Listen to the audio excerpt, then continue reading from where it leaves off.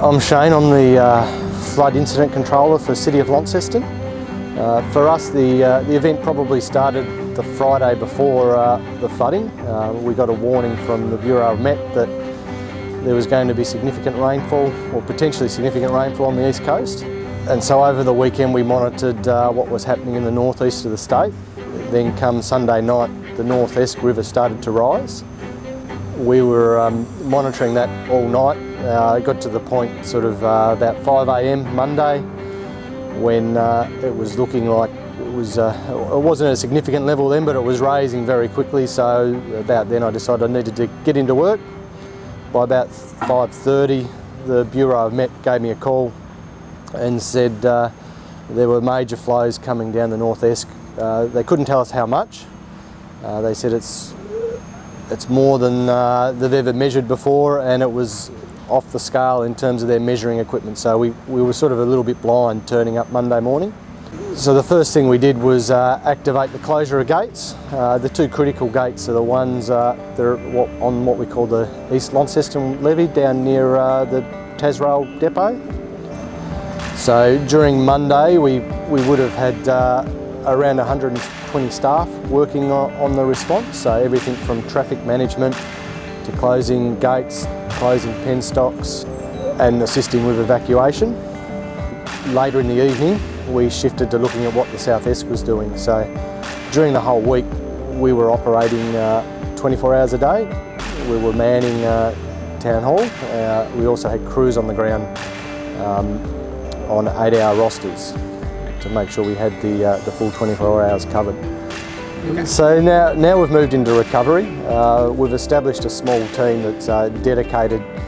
They've been pulled away from their normal jobs and dedicated to recovery for as long as it takes. Luckily we seem to have come fairly unscathed in the gorge. Walkways were under, but they don't seem to have been damaged too much. The focus in the short term is cleaning up debris, which you can see here behind me. That'll continue for most of the week. Some of the debris in the river we won't be able to remove until the water levels start to go down.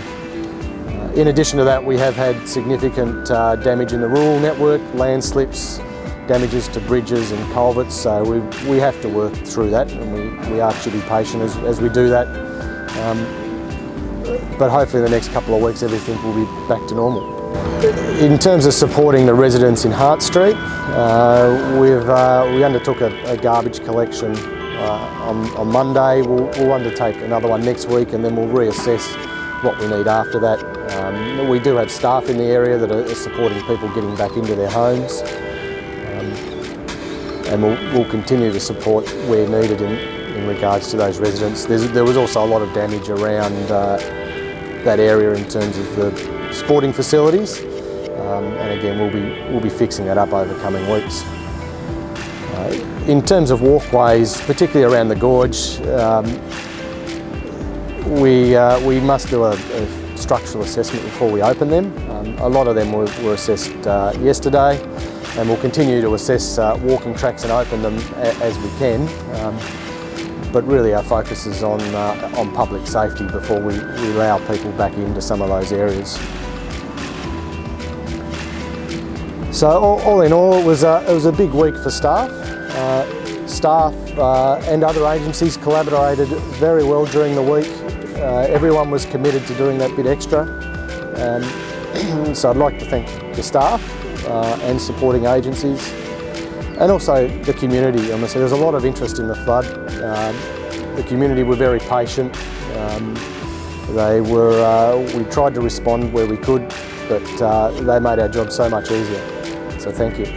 We particularly enjoyed all the questions that came in. It made us feel that there was interest out there, and people were noticing what we did, and we do appreciate and enjoy answering those questions.